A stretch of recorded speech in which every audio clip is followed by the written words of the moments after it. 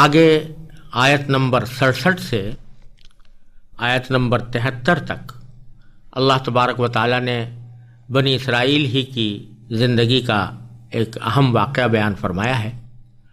اور پھر آیت نمبر 74 میں اس پر تبصرہ فرمایا ہے۔ میں پہلے ان آیات کی تلاوت اور ان کا ترجمہ پیش کرتا ہوں، اس کے بعد اس کی انشاءاللہ تشریح عرض کی جائے گی۔ اعوذ باللہ من الشیطان الرجیم، بسم اللہ الرحمن الرحیم۔ وَإِذْ قَالَ مُوسَىٰ لِقَوْمِهِ إِنَّ اللَّهَ يَأْمُرُكُمْ أَن تَذْبَحُوا بَقَرَةً قَالُوا أَتَتَّخِذُنَا هُزُوًا قَالَ أَعُوذُ بِاللَّهِ أَنْ أَكُونَ مِنَ الْجَاهِلِينَ قَالُوا ادْعُ لَنَا رَبَّكَ يُبَيِّن لَّنَا مَا هِيَ قَالَ إِنَّهُ يَقُولُ قَالُوا ادْعُ لَنَا رَبَّكَ يُبَيِّن لَّنَا مَا هِيَ قال إنه يقول إنها بقرة لا فارض ولا بكر عوان بين ذلك فافعلوا ما تؤمرون قالوا ادع لنا ربك يبين لنا ما لونها قال إنه يقول إنها بقرة صفراء فاقع لونها تسر الناظرين قالوا ادع لنا ربك يبين لنا ما هي إن البقرة تشابه علينا وإنا إن شاء الله لمهتدون قال إنه يقول إنها بقرة لا ذلول تثير الأرض ولا تسقي الحرث مسلمة لا شية فيها قالوا الآن جئت بالحق فذبحوها وما كادوا يفعلون وإذ قتلتم نفسا فادارأتم فيها والله مخرج ما كنتم تكتمون فقلنا اضربوه ببعضها كذلك يحيي الله الموتى ويريكم آياته لعلكم تعقلون ثم قست قلوبكم من بعد ذلك فهي كالحجارة أو أشد قسوة وإن من الحجارة لما يتفجر منه الأنهار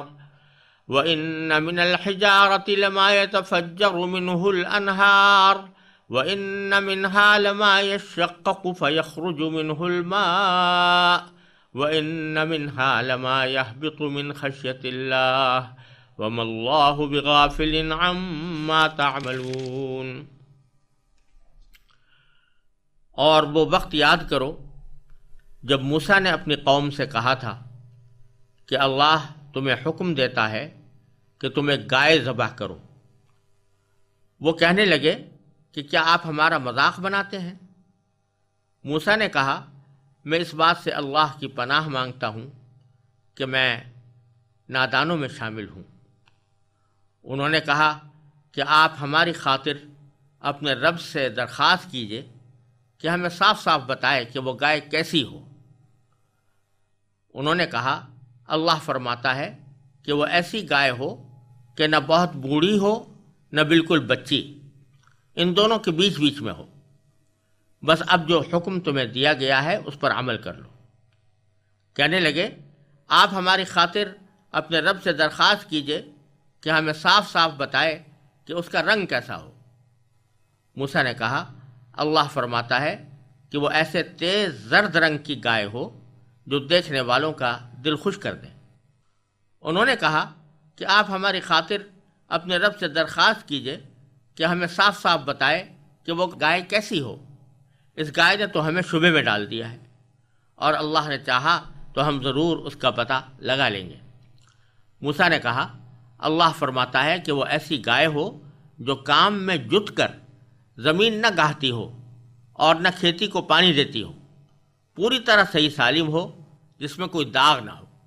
انہوں نے کہا ہاں اب آپ ٹھیک ٹھیک پتہ لے کر آئے۔ اس کے بعد اسے ذبح کیا جبکہ لگتا نہیں تھا کہ وہ کر پائیں گے۔ اور یاد کرو جب تم نے ایک شخص کو قتل کر دیا تھا اور اس کے بعد اس کا الزام ایک دوسرے پر ڈال رہے تھے، اور اللہ کو وہ راز نکال باہر کرنا تھا جو تم چھپائے ہوئے تھے۔ چنانچہ ہم نے کہا کہ اس کو اس گائے کے ایک حصے سے مارو، اسی طرح اللہ مردوں کو زندہ کرتا ہے اور تمہیں اپنی قدرت کی نشانیاں دکھاتا ہے تاکہ تم سمجھ سکو۔ اس سب کے بعد تمہارے دل پھر سخت ہو گئے، یہاں تک کہ وہ ایسے ہو گئے جیسے پتھر، بلکہ سختی میں کچھ ان سے بھی زیادہ، کیونکہ پتھروں میں سے کچھ ایسے بھی ہوتے ہیں جن سے نہریں پھوٹ بہتی ہیں، اور انہی میں سے کچھ وہ ہوتے ہیں جو خود پھٹ پڑتے ہیں اور ان سے پانی نکل آتا ہے، اور انہی میں وہ پتھر بھی ہیں جو اللہ کے خوف سے لڑھک جاتے ہیں، اور اس کے برخلاف جو کچھ تم کر رہے ہو اللہ اس سے بے خبر نہیں ہے۔ ان آیات میں جس واقعے کا اللہ تبارک و تعالیٰ نے تذکرہ فرمایا ہے اس کا خلاصہ یہ ہے کہ بنی اسرائیل میں ایک مرتبہ کسی شخص کا قتل ہو گیا تھا،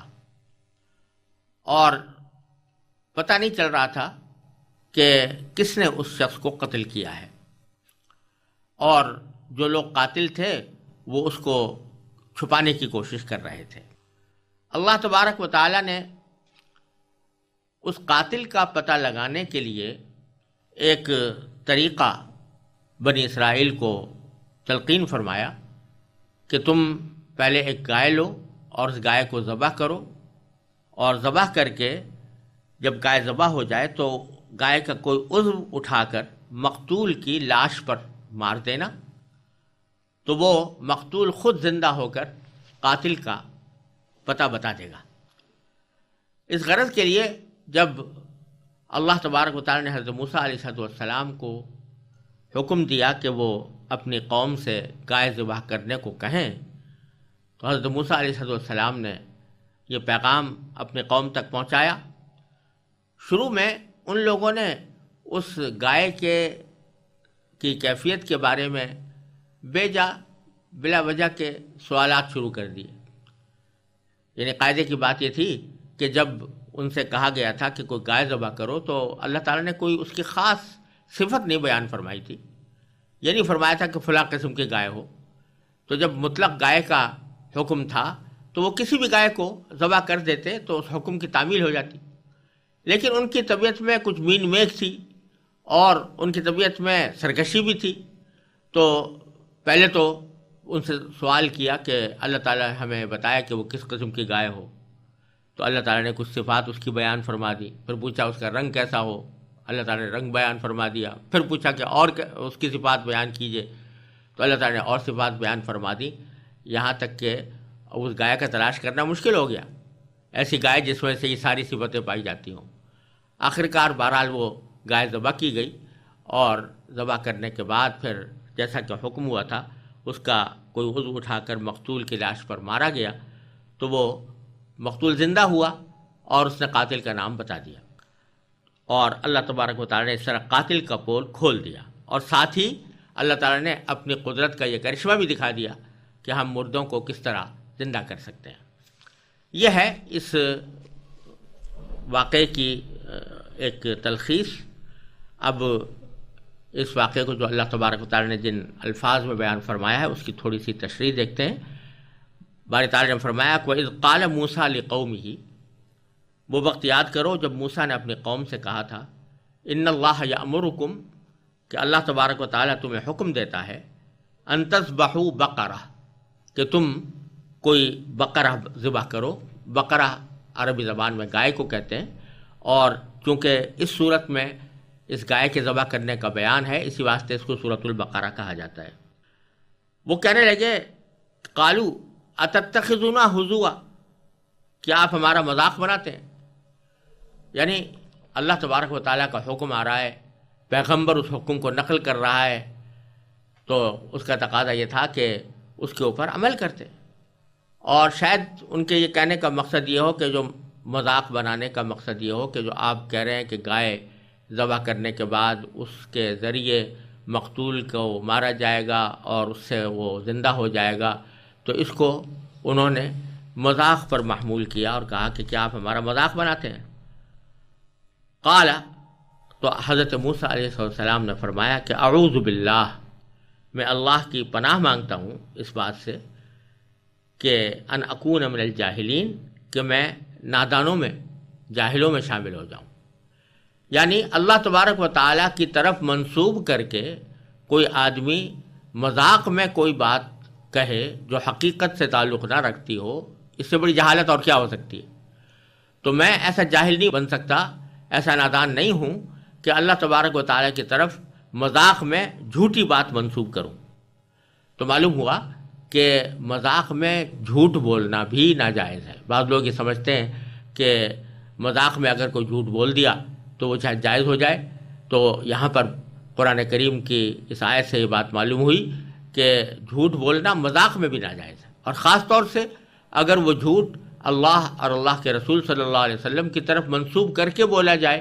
تو اس کی شناعت اور اس کی قباحت میں اور زیادہ اضافہ ہو جاتا ہے۔ تو اس پر انہوں نے کہا کہ قالوا ادع لنا ربک یبین لنا ما ہی، کہ انہوں نے کہا کہ آپ ہماری خاطر اپنے رب سے درخواست کیجئے کہ ہمیں صاف صاف بتائے کہ وہ گائے کیسی ہو۔ اب یہ فضول سوال تھا، اس لیے کہ جب گائے کے ذبح کرنے کا حکم دیا گیا ہے تو کسی بھی گائے کو ذبح کر دیتے، حکم پورا ہو جاتا، لیکن انہوں نے یہ سوال کر کے اپنے اوپر کچھ مزید سختی عائد کی۔ تو جواب میں حضرت موسیٰ علیہ السلام نے فرمایا قال انہ یقول، کہ اللہ تبارک و تعالیٰ یہ فرماتے ہیں کہ انہا بقرۃ لا فارض ولا بکر، کہ وہ گائے ایسی ہو کہ نہ بہت بوڑھی ہو نہ بالکل بچی، عوان بین ذالک، ان دونوں کے بیچ بیچ میں ہو، یعنی جوان گائے ہو۔ اب پھر حضرت موسیٰ علیہ السلام نے صاف صاف ان سے کہہ دیا کہ ففعلوا ما تؤمرون، اب جو حکم تمہیں دیا گیا ہے اس کے اوپر عمل کر لو، یعنی اب مزید مین میں ایک مت نکالو، ایک کوئی بھی جوان گائے جو نہ بہت بوڑھی ہو نہ بچی ہو اس کو قربان کر دو تو حکم ادا ہو جائے گا۔ لیکن وہ پھر سوال کرنے لگے قالوا ادع لنا ربک یبین لنا ما لونھا، کہ ہماری خاطر آپ اپنے رب سے درخواست کیجئے کہ ہمیں صاف صاف بتائے کہ اس کا رنگ کیسا ہو۔ تو اللہ تبارک و تعالیٰ نے حضرت موسیٰ علیہ السلام کو حکم دیا، حضرت موسیٰ علیہ السلام نے فرمایا کہ انہ یقول انہا بقرۃ صفراء، اللہ تعالیٰ فرماتا ہے کہ وہ ایسے تیز زرد رنگ کی گائے ہو کہ جو فاقع لونھا، اس کا رنگ تیز ہو، تسر الناظرین، جو دیکھنے والوں کا دل خوش کر دے۔ اب بھی ان کو چاہیے تھا کہ کوئی بھی زرد رنگ کی گائے لا کر ذبح کر دیتے، مگر پھر سوال کیا قالوا ادع لنا ربک یبین لنا ما ہی، کہ آپ ہمیں خاطر اپنے رب سے درخواست کیجئے کہ ہمیں صاف صاف بتائے کہ وہ گائے کیسی ہو، مزید صفات کیا ہوں۔ اور پھر ساتھ میں یہ بھی کہا کہ ان البقرہ تشابہ علینا، کہ اس گائے نے تو ہمیں شبے میں ڈال دیا ہے کہ کس قسم کی گائے ہم ذبح کریں۔ اور ساتھ میں یہ بھی کہا کہ وَإِنَّا إِن شَاءَ اللَّهُ لَمُهْتَدُونَ، اور اللہ نے چاہا تو ہم ضرور اس کا پتہ لگا لیں گے جب اللہ تبارک و تعالیٰ اس کی صفات بیان فرمائیں گے۔ تو اس پر حضرت موسیٰ علیہ السلام نے فرمایا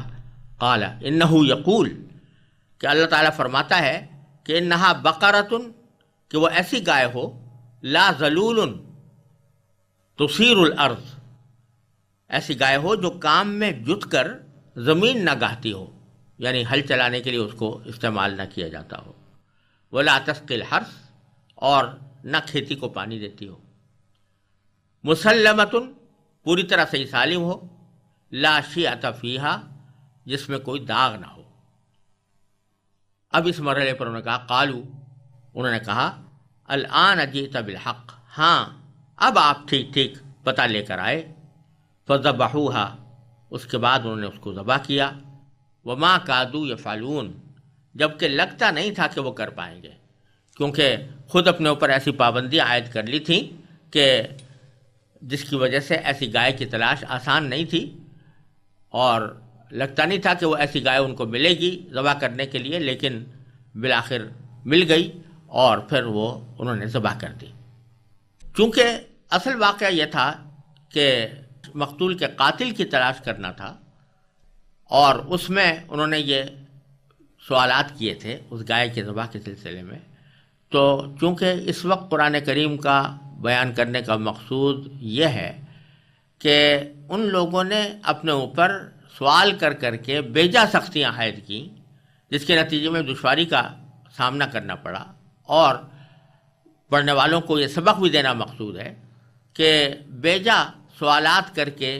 اور بلا وجہ کی اپنے اوپر سختیاں عائد کر لینا یہ کوئی اچھی بات نہیں ہے۔ چنانچہ دوسری جگہ قرآن کریم نے ارشاد فرمایا کہ لا تسألوا عن اشیاء ان تبد لکم تسؤکم، ایسی باتوں کے بارے میں سوال نہ کیا کرو کہ اگر تم پر وہ ظاہر کر دی جائیں تو تمہارا اس میں نقصان ہو۔ تو اس میں سبق دینا مقصود یہ ہے کہ جب کوئی چیز حلال ہے تو اب اس میں بلا وجہ اس کے اندر بہت زیادہ مین میخ نکالنا، بال کی کھال نکالنا اور یہ سوالات کرنا کہ اس میں فلاں چیز تو نہیں شامل ہے، فلاں چیز تو نہیں شامل ہے، یہ اس کی ضرورت نہیں ہے، جبکہ وہ ظاہری طور پر حلال نظر آ رہی ہو اور اس میں کسی حرام کی آمیزش کا غالب گمان نہ ہو، تو اس کو اسی طریقے سے لے لینا چاہیے۔ اسی لیے کہا گیا ہے کہ مثلا کوئی شخص اگر آپ کے پاس کوئی گوشت مسلمان لے کر آیا ہے تو پھر آپ کے اوپر یہ تحقیق واجب نہیں ہے کہ اس سے پوچھیں کہ بھئی تم کہاں سے لائے تھے اور پھر وہ کہاں ذبح ہوا تھا اور بسم اللہ اس پر پڑھی گئی تھی یا نہیں پڑھی گئی تھی، اس سب تحقیق کی ضرورت نہیں ہے جبکہ مسلمان لا رہا ہو۔ ہاں کوئی غیر مسلم لے کر آئے تو بے شک تحقیق واجب ہے کہ معلوم ہو کہ یہ حلال طریقے سے ذبح کیا گیا ہے یا نہیں۔ تو یہ سبق اصل میں دینا مقصود ہے، لہٰذا اللہ تبارک و تعالیٰ نے ان کے گائے کے بارے میں سوالات کو پہلے ذکر فرمایا، اور جس مقصد کے تحت وہ گائے ذبح کرنے کا حکم دیا گیا تھا اس کا ذکر پھر بعد میں اگلی آیت میں فرمایا کہ وَإِذْ قَتَلْتُمْ نَفْسًا، وہ وقت یاد کرو جب تم نے کسی شخص کو قتل کر دیا تھا، فَادَّارَأْتُمْ فِيهَا، اور تم اس کا الزام ایک دوسرے پر ڈال رہے تھے، کوئی کہہ رہا تھا فلاں نے قتل کیا، کوئی کہتا تھا فلاں نے قتل کیا۔ واللہ مخرج ما کنتم تکتمون، اور اللہ تعالیٰ کو وہ راز نکال باہر کرنا تھا جو تم چھپائے ہوئے تھے۔ چنانچہ فرماتے ہیں فقلنا، ہم نے کہا کہ اضربوہ ببعضھا، کہ اس مقتول کو اس گائے کے ایک حصے سے مارو، یعنی گائے کا کوئی جزو لے کر اس مقتول کے اوپر مارو۔ تو کیا ہوا؟ کذالک یحیی اللہ الموتیٰ، اسی طرح اللہ تعالیٰ مردوں کو زندہ کرتا ہے، جس طرح کہ اس دن اس مقتول پر مارنے کے ذریعے اس مقتول کو زندہ کر دیا اور اس نے قاتل کا پتہ بتا دیا۔ اور فرمایا کہ اسی طرح اللہ تبارک و تعالیٰ مردوں کو زندہ کرتا ہے، وَيُرِيكُمْ آیاتہ، اور تم کو اپنی قدرت کی نشانیاں دکھاتا ہے، لعلکم تعقلون، تاکہ تم سمجھ سکو۔ یعنی اس واقعے سے کئی باتیں ظاہر ہوئیں۔ ایک بات تو یہ کہ مقتول کا قاتل کون تھا اس کا پتہ لگ گیا، دوسرے یہ کہ اللہ تبارک و تعالیٰ نے اپنی قدرت کا یہ کرشمہ دکھا دیا کہ مردوں کو اللہ تعالیٰ کس طرح زندہ فرماتے ہیں، اور آخرت کے اندر اور مرنے کے بعد جو دوسری زندگی آنے والی ہے اس وقت میں اللہ تبارک و تعالیٰ جو تمام انسانوں کو دوبارہ زندہ کریں گے اس کی ایک مثال اللہ تبارک و تعالیٰ نے یہاں بنی اسرائیل کے سامنے دکھا دی، اور ساتھ ہی یہ بھی کہ بنی اسرائیل کا جو طریقہ تھا کہ بار بار بلا وجہ سوالات کرنا، اس کے اوپر بھی تنبیہ فرما دی۔ یہ سب واقعات سامنے آنے کے نتیجے میں ہونا یہ چاہیے تھا کہ بنی اسرائیل کے دلوں میں نرمی پیدا ہو، اللہ تبارک و تعالیٰ کے احکام کی تعمیل کریں، اور اللہ تبارک و تعالیٰ کے طرف سے جو ہدایات ان کو مل رہی ہیں ان کو خشوع کے ساتھ، نرم دلی کے ساتھ قبول کریں، تواضع کے ساتھ قبول کریں۔ لیکن اللہ تبارک و تعالیٰ فرماتے ہیں آگے کہ ثم قست قلوبکم، اس سب کے بعد بھی تمہارے دل پھر سخت ہو گئے، من بعد ذالک، اس سب کے بعد بھی دل سخت ہو گئے، فہی کالحجارہ، تو وہ دل اس طرح سخت ہو گئے جیسے پتھر، او اشد قسوہ، بلکہ سختی میں پتھروں سے بھی زیادہ۔ وجہ کیوں؟ اس لیے کہ آگے باری تعالیٰ فرماتے ہیں کہ وَإِنَّ مِنَ الْحِجَارَةِ لَمَا يَتَفَجَّرُ مِنْهُ الْأَنْهَارُ، تمہاری دلوں کی سختی پتھروں سے بھی زیادہ اس لیے تھی کیونکہ پتھروں میں سے کچھ ایسے بھی ہوتے ہیں جن سے نہریں پھوٹ بہتی ہیں، اور انہی میں سے کچھ وہ ہوتے ہیں جو خود پھٹ پڑتے ہیں۔ وَإِنَّ مِنْهَا لَمَا يَشَقَّقُ، اور انہی پتھروں میں سے کچھ وہ ہوتے ہیں جو خود پھٹ پڑتے ہیں، فَيَخْرُجُ مِنْهُ الْمَاءُ، اور ان سے پانی نکل آتا ہے۔ بنی اسرائیل نے خود اپنی آنکھوں سے نظارہ دیکھا تھا کہ حضرت موسیٰ علیہ السلام کے عصا پتھر پر مارنے کے نتیجے میں 12 چشمے پھوٹ پڑے تھے۔ تو اللہ تبارک و تعالیٰ فرما رہے ہیں کہ بہت سے پتھر ایسے ہوتے ہیں کہ جن سے یا تو نہریں پھوٹ بہتی ہیں یا پھر وہ خود پھٹ کر اس میں سے پانی نکال دیتے ہیں۔ یہ 2 صورتیں ہیں، یعنی بعض اوقات تو کسی سنگلاخ چٹان سے پانی کے چشمے بہہ پڑے، جیسا کہ خود بنی اسرائیل کے ساتھ پیش آیا تھا اور جس کا ذکر پیچھے آیت نمبر 60 میں گزر چکا ہے۔ اور بعض اوقات بھاری مقدار میں تو پانی نہیں نکلتا، مگر پتھر شق ہو کر تھوڑا بہت پانی نکال دیتا ہے۔ اور پھر آگے فرمایا وَإِنَّ مِنْهَا لَمَا يَهْبِطُ مِنْ خَشْيَةِ اللَّهِ، پتھروں ہی میں سے کچھ ایسے بھی ہوتے ہیں جو اللہ کے خوف سے لڑک جاتے ہیں۔ اب یہاں اللہ تبارک و تعالیٰ یہ فرما رہے ہیں کہ پانی بھی نہ نکلے چاہے، لیکن پتھروں کے اندر بھی بعض اوقات اتنا شعور ہوتا ہے کہ اللہ تبارک و تعالیٰ کے خوف سے وہ نیچے گر جاتے ہیں۔ یہ بات کسی زمانے میں لوگوں کی سمجھ میں نہیں آتی تھی کہ پتھر جیسی بے جان چیز میں خوف کا کیا تصور ہو سکتا ہے، لیکن قرآن کریم نے کئی جگہوں پر یہ حقیقت واضح فرمائی ہے کہ جن چیزوں کو ہم بظاہر بے جان یا بے شعور سمجھتے ہیں ان میں بھی کچھ نہ کچھ شعور ہوتا ہے، اور وہ اللہ تبارک و تعالیٰ کی مخلوق ہونے کا احساس ان کے اندر ہوتا ہے۔ چنانچہ قرآن کریم نے سورہ بنی اسرائیل میں فرمایا وَإِن مِّن شَيْءٍ إِلَّا يُسَبِّحُ بِحَمْدِهِ وَلَٰكِن لَّا تَفْقَهُونَ تَسْبِيحَهُمْ، کائنات کی کوئی چیز ایسی نہیں ہے جو اللہ تعالیٰ کی تسبیح نہ کرتی ہو، اللہ تعالیٰ کی حمد بیان نہ کرتی ہو، لیکن تم ان کی تسبیح کو سمجھتے نہیں ہو۔ تو اس میں قرآن کریم نے صاف صاف فرما دیا کہ جن چیزوں کو ہم جماعتات سمجھتے ہیں، بے شعور سمجھتے ہیں، ان میں بھی اللہ تبارک و تعالیٰ کی معرفت موجود ہے اور اللہ تبارک و تعالیٰ کی خشیت بھی ان کے اندر موجود ہے۔ چنانچہ ایک جگہ فرمایا قرآن کریم نے کہ لو انزلنا هذا القرآن على جبل لرأيته خاشعا متصدعا من خشیۃ اللہ، اگر ہم قرآن کو کسی پہاڑ پر اتارتے تو تم اس کو دیکھتے کہ وہ اللہ کی خشیت سے جھکا ہوا ہے اور پھٹا پڑ رہا ہے۔ اس سے بھی یہ بات معلوم ہوتی ہے کہ پہاڑوں میں بھی اور پتھروں میں بھی فی الجملہ شعور موجود ہے، اور کم از کم اتنا شعور موجود ہے کہ وہ اللہ تعالیٰ کی مخلوق ہیں اور اللہ تعالیٰ کی معرفت ان کے اندر اس درجے میں موجود ہے۔ لہذا اگر اللہ تعالیٰ یہ فرما رہا ہے کہ کچھ پتھر اللہ کے خوف سے لڑک جاتے ہیں تو اس میں کوئی تعجب کی بات نہیں ہے، اور یہ اللہ تبارک و تعالیٰ کی مخلوق ہے، اس میں جس طرح کا شعور اللہ تعالیٰ چاہیں اس میں پیدا فرما سکتے ہیں۔ اور آج تو سائنس بھی رفتہ رفتہ اس نتیجے پر پہنچ رہی ہے کہ جمادات میں بھی نمو اور شعور کی کچھ نہ کچھ صلاحیت موجود ہے۔ آگے پھر فرمایا وَمَا اللَّهُ بِغَافِلٍ عَمَّا تَعْمَلُونَ، اور اللہ تبارک و تعالیٰ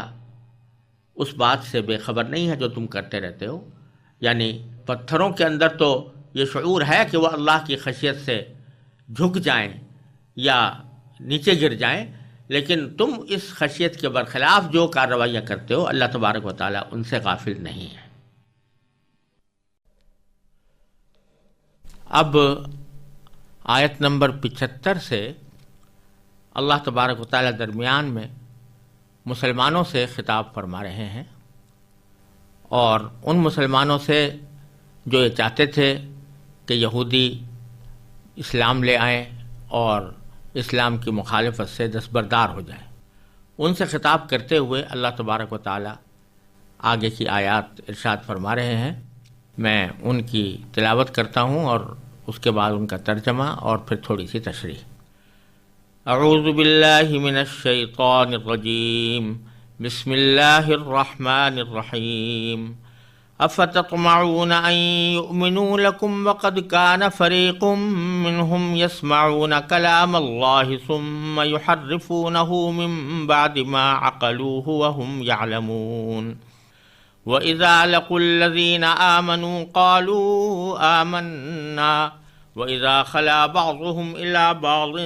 قَالُوا أَتُحَدِّثُونَهُم بِمَا فَتَحَ اللَّهُ عَلَيْكُمْ أتحدثونهم بما فتح الله عليكم ليحاجوكم به عند ربكم أفلا تعقلون أولا يعلمون أن الله يعلم ما يسرون وما يعلنون ومنهم أميون لا يعلمون الكتاب إلا أماني وإن هم إلا يظنون فويل للذين يكتبون الكتاب بأيديهم ثم يقولون هذا من عند الله ليشتروا به ثمنا قليلا فويل لهم مما كتبت أيديهم وويل لهم مما يكسبون وقالوا لن تمسنا النار إلا أياما معدودة قل اتخذتم عند الله عهدا فلن يخلف الله عهده ام تقولون على الله ما لا تعلمون بلى من كسب سيئة وأحاطت به خطيئته فأولئك أصحاب النار هم فيها خالدون والذين آمنوا وعملوا الصالحات أولئك أصحاب الجنة هم فيها خالدون۔ ان آیات کا ترجمہ یہ ہے کہ مسلمانوں، کیا اب بھی تمہیں یہ لالچ ہے کہ یہ لوگ تمہارے کہنے سے ایمان لے آئیں گے؟ حالانکہ ان میں سے ایک گروہ کے لوگ اللہ کا کلام سنتے تھے، پھر اس کو اچھی طرح سمجھنے کے بعد بھی جانتے بوجھتے اس میں تحریف کر ڈالتے تھے، اور جب یہ لوگ ان مسلمانوں سے ملتے ہیں جو پہلے ایمان لا چکے ہیں تو زبان سے کہہ دیتے ہیں کہ ہم بھی ایمان لے آئے ہیں، اور جب یہ ایک دوسرے کے ساتھ تنہائی میں جاتے ہیں تو آپس میں ایک دوسرے سے کہتے ہیں کہ کیا تم ان مسلمانوں کو وہ باتیں بتاتے ہو جو اللہ تبارک و تعالیٰ نے تم پر کھولی ہیں تاکہ یہ مسلمان تمہارے پروردگار کے پاس جا کر انہیں تمہارے خلاف دلیل کے طور پر پیش کریں؟ کیا تمہیں اتنی بھی عقل نہیں؟ کیا یہ لوگ جو ایسی باتیں کرتے ہیں یہ نہیں جانتے کہ اللہ کو ان ساری باتوں کا خوب علم ہے جو وہ چھپاتے ہیں اور جو وہ ظاہر کرتے ہیں؟ اور ان میں سے کچھ لوگ ان پڑھ ہیں جو کتاب یعنی تورات کا علم تو رکھتے نہیں، البتہ کچھ آرزوئیں پکائے بیٹھے ہیں اور ان کا کام بس یہ ہے کہ وہم و گمان باندھتے رہتے ہیں۔ لہذا تباہی ہے ان لوگوں کی جو اپنے ہاتھوں سے کتاب لکھتے ہیں، پھر لوگوں سے کہتے ہیں کہ یہ اللہ کی طرف سے ہے تاکہ اس کے ذریعے تھوڑی سی آمدنی کما لیں۔ بس تباہی ہے ان لوگوں پر اس تحریر کی وجہ سے بھی جو ان کے ہاتھوں نے لکھی، اور تباہی ہے ان پر اس آمدنی کی وجہ سے بھی جو وہ کماتے ہیں۔ اور یہودیوں نے کہا ہے کہ ہمیں گنتی کے چند دنوں کے علاوہ آگ ہرگز نہیں چھوئے گی۔ آپ ان سے کہیے کہ کیا تم نے اللہ کی طرف سے کوئی عہد لے رکھا ہے جس کی بنا پر وہ اپنے عہد کی خلاف ورزی نہیں کر سکتا،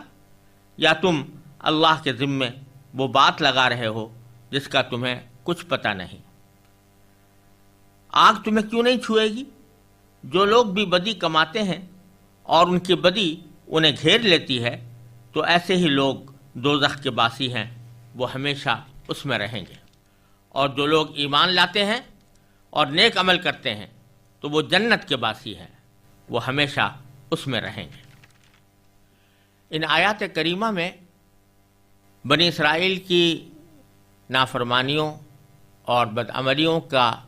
ذکر کرنے کے درمیان مسلمانوں سے خطاب کیا گیا ہے، کیونکہ مسلمان جب یہودیوں کو دیکھتے تھے اور ان کی سرکشیوں کا اپنی آنکھوں سے نظارہ کرتے تھے تو ان کے دل میں یہ تڑپ پیدا ہوتی تھی کہ یہ لوگ کسی طرح اسلام لے آئیں۔ اسی طرح بعض حضرات مسلمانوں میں سے ایسے تھے کہ جو ان کے ظاہری محبت کے مظاہروں سے بعض اوقات فریب کھانے لگے، یعنی جب کبھی بعض یہودی آ کر گول مول الفاظ میں اس بات کا اظہار کرتے تھے کہ ہم بھی ایمان لائے ہوئے ہیں، تو مسلمانوں کے دل میں یہ لالچ پیدا ہو جاتا تھا، یہ خیال پیدا ہو جاتا تھا کہ شاید یہ لوگ سچے ہوں اور ایمان لے آئیں، تو اللہ تبارک و تعالیٰ یہاں ان آیات میں مسلمانوں کو متنبہ کرنا چاہتے ہیں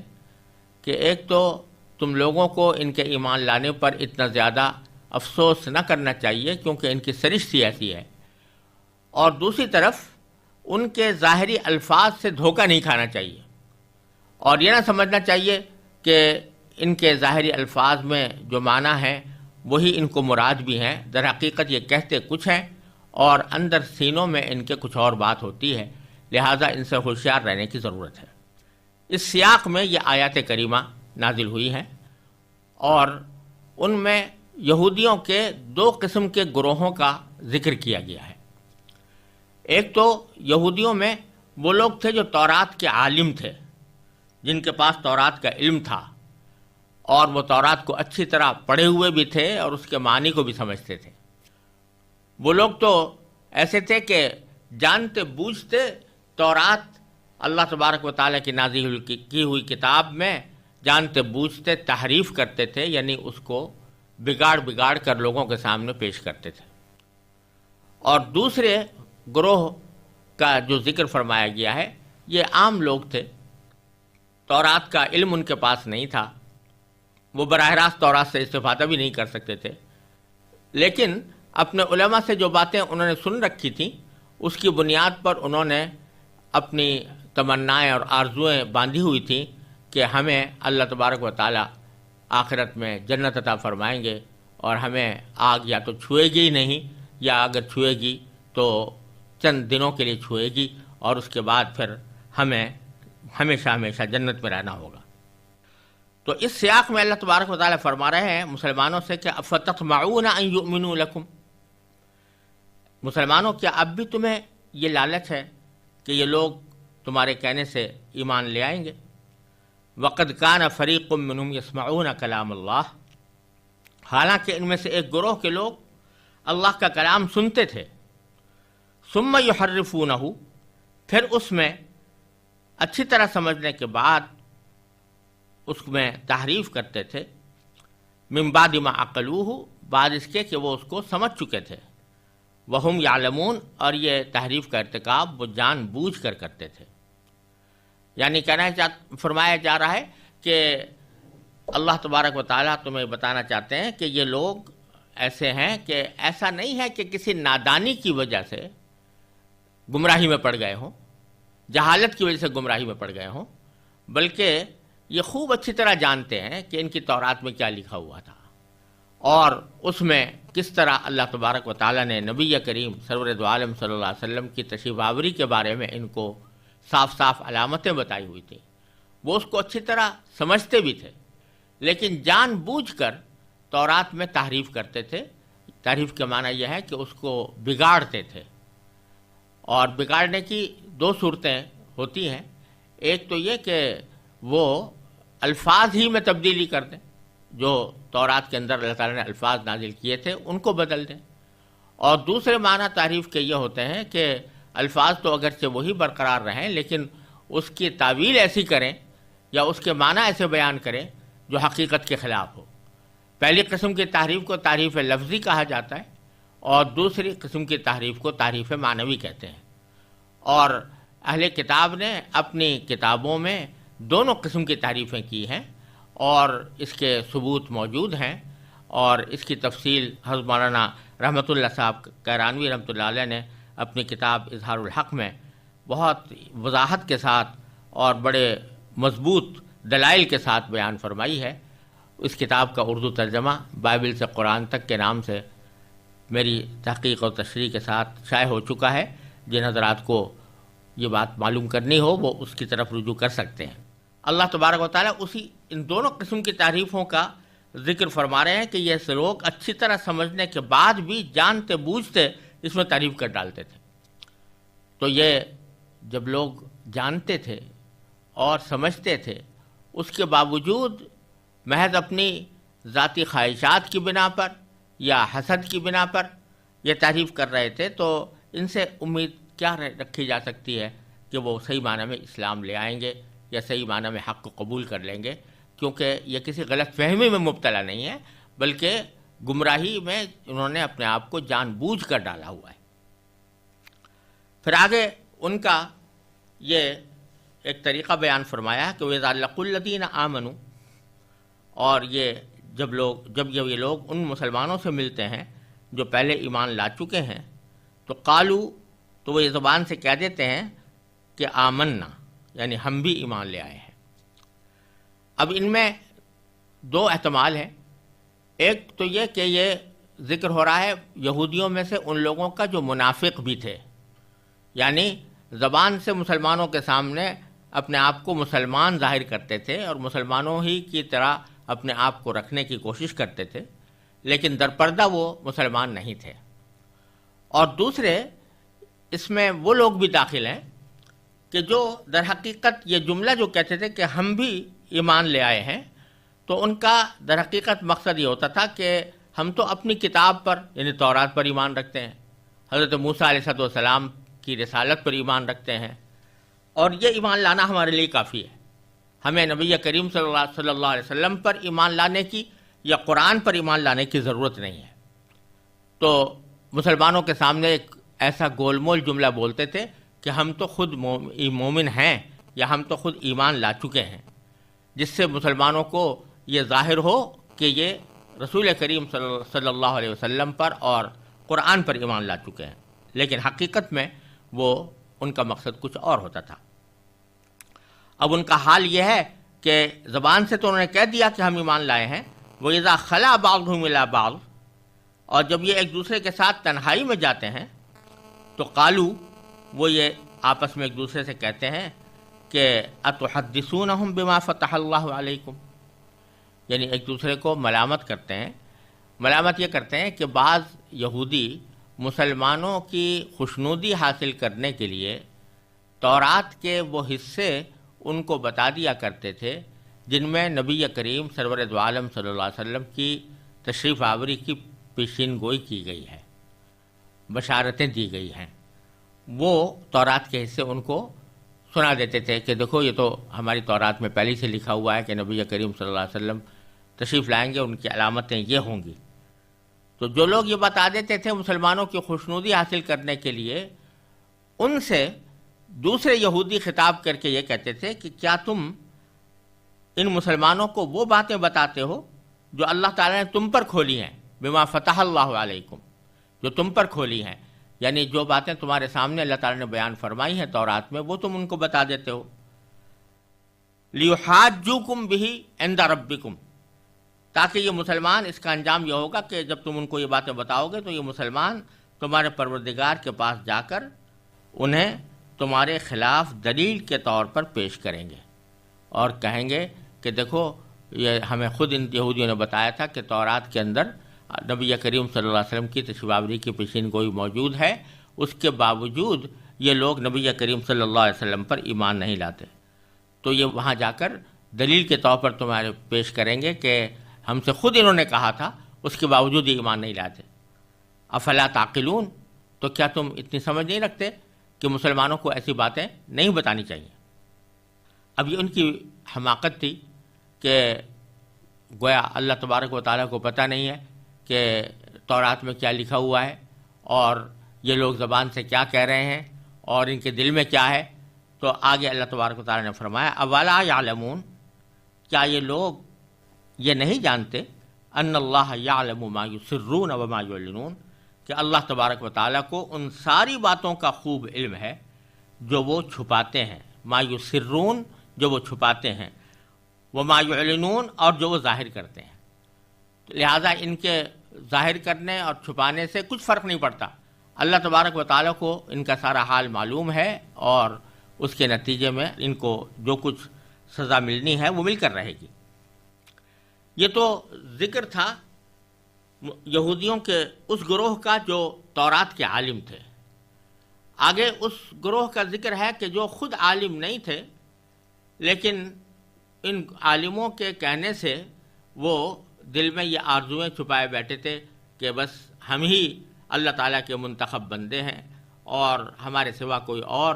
اللہ تبارک و تعالیٰ کا محبوب نہیں ہے اور ہم ہی کو جنت ملنے والی ہے۔ ان کا ذکر کرتے ہوئے فرمائے وَمِنْهُمْ أُمِّيُّونَ، ان یہودیوں میں سے کچھ لوگ ان پڑھ ہیں، لا یعلمون الکتاب، جو کتاب یعنی تورات کا علم تو رکھتے نہیں، الا امانیہ، البتہ کچھ آرزوئیں ہیں جو انہوں نے پکا رکھی ہیں، اور ان کا کام یہ ہے کہ وَإِنْهُمْ إِلَّا يَظُنُّونَ، ان کا کام بس یہ ہے کہ وہم و گمان باندھتے رہتے ہیں، یعنی یہ وہم اور یہ گمان کہ بس ہم ہی کو اللہ تبارک و تعالی جنت عطا فرمائیں گے، ہمارے سوا کسی اور کو نہیں ملے گی۔ تو آگے اللہ تبارک و تعالی دونوں گروہوں کے بارے میں یہ فرماتے ہیں کہ ان کا انجام کیا ہونے والا ہے۔ فَوَيْلٌ لِّلَّذِينَ يَكْتُبُونَ الْكِتَابَ بِأَيْدِيهِمْ، پس تباہی ہے ان لوگوں کے لیے جو اپنے ہاتھوں سے کوئی تحریر لکھتے ہیں، ثم یقولون ھذا من عند اللہ، پھر کہتے ہیں کہ یہ اللہ تعالیٰ کی طرف سے ہے، لیشتروا بہ ثمنا قلیلا، تاکہ اس کے ذریعے تھوڑی سی آمدنی کما لیں۔ یہ ذکر ان یہودیوں کا ہے کہ جو عالم تھے اور لوگوں کو گمراہ کرنے کے لیے خود کتاب میں یعنی تورات میں اپنے ہاتھ سے تبدیلیاں کرتے تھے، اپنے ہاتھ سے لکھ کر کوئی جملہ بڑھا دیا اور کہا کہ یہ اللہ تعالیٰ کی طرف سے ہے۔ اس میں اس بات کی صراحت ہے کہ تورات میں یہ لوگ صرف معنوی تحریف ہی نہیں کرتے تھے بلکہ لفظی تحریف بھی کرتے تھے، اپنی طرف سے جملے بنا کر ان کو تورات کی طرف منسوب کر دیا کرتے تھے۔ تو اس کے لیے فرمایا کہ ان کے لیے تباہی ہے۔ تباہی کے لیے لفظ استعمال ہوا ہے فویلن، ویلن،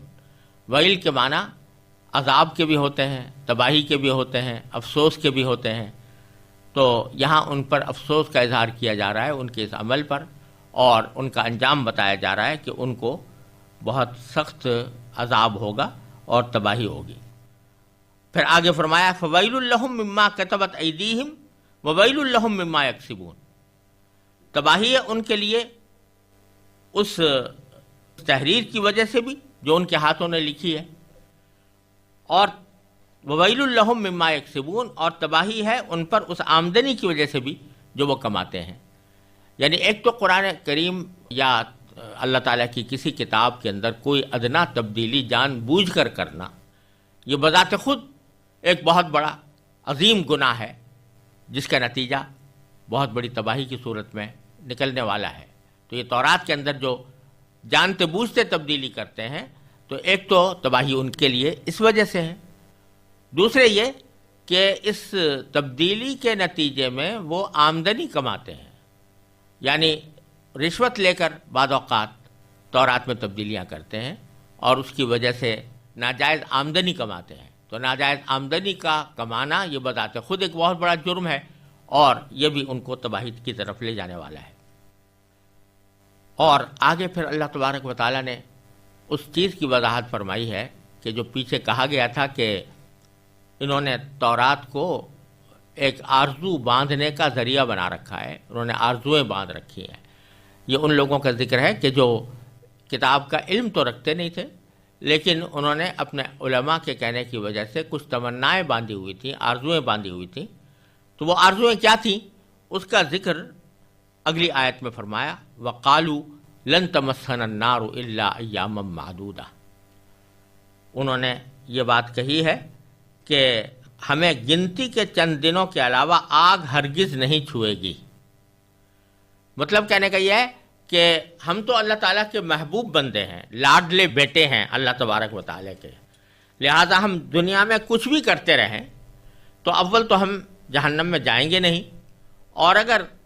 بہت ہی بدعمالیاں ہوئیں اور اس کی وجہ سے اللہ تبارک و تعالیٰ نے ہمیں دوزخ میں داخل کیا تو بھی کچھ دن وہاں رہیں گے، اور اس کے بعد پھر ہم ہمیشہ ہمیشہ جنت کے باسی بن جائیں گے۔ یہ آرزویں انہوں نے باندھ رکھی تھیں۔ تو اللہ تعالیٰ اس پر تبصرہ کرتے ہوئے فرماتے ہیں، قل، نبی کریم صلی اللہ علیہ وسلم سے خطاب ہے کہ آپ ان سے کہہ دیجئے، اتخذتم عند اللہ عہدا، کہ کیا تم نے اللہ تعالیٰ کی طرف سے کوئی عہد لے رکھا ہے، فلن یخلف اللہ عہدہ، جس کی بنا پر وہ اپنے عہد کی خلاف ورزی نہیں کر سکتا۔ کیا اللہ تعالیٰ نے کوئی تم سے یہ وعدہ کیا ہے، کوئی عہد دیا ہے کہ ہم تمہیں کبھی بھی دوزخ میں داخل نہیں کریں گے اور ہمیشہ ہمیشہ جنت میں رکھیں گے؟ کیا ایسا کوئی عہد ہے؟ ظاہر ہے کہ ایسا کوئی عہد موجود نہیں تھا. یا ام تقولون علی اللہ ما لا تعلمون، یا پھر تم اللہ تعالیٰ کے ذمے وہ بات لگا رہے ہو جس کا تمہیں کچھ پتہ نہیں. اب آگے حقیقت اللہ تعالیٰ بیان فرماتے ہیں، بلا، تم جو کہہ رہے ہو کہ ہمیں آگ نہیں چھوئے گی مگر چند دنوں کے لیے، تو کیوں نہیں چھوئے گی؟ من کسب سیئۃ، اللہ تعالیٰ کا عدل و انصاف کا قانون یہ ہے کہ جو لوگ بھی بدی کماتے ہیں، جو لوگ بھی کوئی برائی کماتے ہیں، وَأَحَاطَتْ بِهِ خَطِیئَتُهُ، اور ان کی بدی انہیں گھیر لیتی ہے. کیا معنی کہ ایک تو بدی آدمی اس طرح بھی کرتا ہے کہ ایمان تو لے آیا ہے اور مومن ہونے کے لیے جو شرائط ہیں اس نے پوری کر دی ہیں، پھر بھی اس سے کوئی غلطی ہو گئی تو یہ بدی تو بے شک ہوئی، لیکن بدی نے اسے گھیرا نہیں. لیکن ایک صورت یہ ہے کہ آدمی اللہ تعالیٰ کے اوپر یا اللہ تعالیٰ کی کتاب پر یا اللہ تعالیٰ کے رسولوں پر یا ضروری معتقدات پر ایمان نہ لائے اور اس سے انکار کرے، کفر کا راستہ اختیار کرے، تو اس وقت بدی اس کو گھیر لیتی ہے. بدی کے گھیرنے کا مطلب یہ ہے کہ اب وہ پورا بدی کا پلندہ بن گیا. تو جس کو بدی گھیر لیتی ہے فَأُولَئِكَ أَصْحَابُ النَّارِ، تو ایسے لوگ ہی دوزخ کے باسی ہیں. دوزخ کے باسی ہیں یعنی دوزخ کے رہنے والے ہیں. ہم فیہا خالدون، وہ اس دوزخ میں ہمیشہ ہمیشہ رہیں گے. اور دوسری طرف والذین آمنوا وعملوا الصالحات، جو لوگ ایمان لاتے ہیں اور نیک عمل کرتے ہیں، اولئک اصحاب الجنہ، تو وہ جنت کے باسی ہیں. ہم فیہا خالدون، وہ ہمیشہ اس جنت میں رہیں گے. تو بتلایا یہ کہ ایسا نہیں ہے کہ اللہ تبارک و تعالیٰ نے کسی خاص نسل کو یا کسی خاص قوم کے لوگوں کو منتخب کر لیا ہو کہ بس یہ ہمارے چہیتے ہیں، ہمارے لاڈلے ہیں، اور یہ دنیا میں جو کچھ بھی کرتے رہیں، ایمان لائیں یا نہ لائیں، اچھے عمل کریں یا نہ کریں، گناہوں کا ارتکاب کریں، نافرمانیاں کریں، پھر بھی چونکہ ہمارے چہیتے اور لاڈلے بیٹے ہیں اس واسطے ہم ان کو ضرور جنت میں داخل کریں گے. یہ محض ایک گمان ہے، محض ایک آرزو ہے، حقیقت سے اس کا کوئی تعلق نہیں. اللہ تعالیٰ کا قانون یہ ہے کہ آدمی کسی بھی رنگ و نسل سے تعلق رکھتا ہو، کسی قوم سے تعلق رکھتا ہو، اصل دار و مدار اس کے عقیدے اور اس کے عمل کا ہے. اگر اس کا عقیدہ درست ہے اور عمل صحیح ہے تو وہ انشاءاللہ جنت میں جائے گا، اور اگر اس کے عقیدے میں خرابی ہے اور وہ ایمان کے تقاضوں کو پورا نہیں کرتا تو وہ جہنمی اور دوزخی ہے. اور اگر کوئی شخص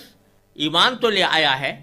اور پھر کسی بدی کا ارتکاب کرتا ہے تو اس بدی کے ارتکاب کی حد تک اس کو سزا ملے گی، لیکن وہ ہمیشہ جہنم میں نہیں رہے گا. یہ اللہ تعالیٰ کا قانون ہے، اور اسی قانون کا اللہ تعالیٰ نے ان آیات میں ذکر فرمایا ہے.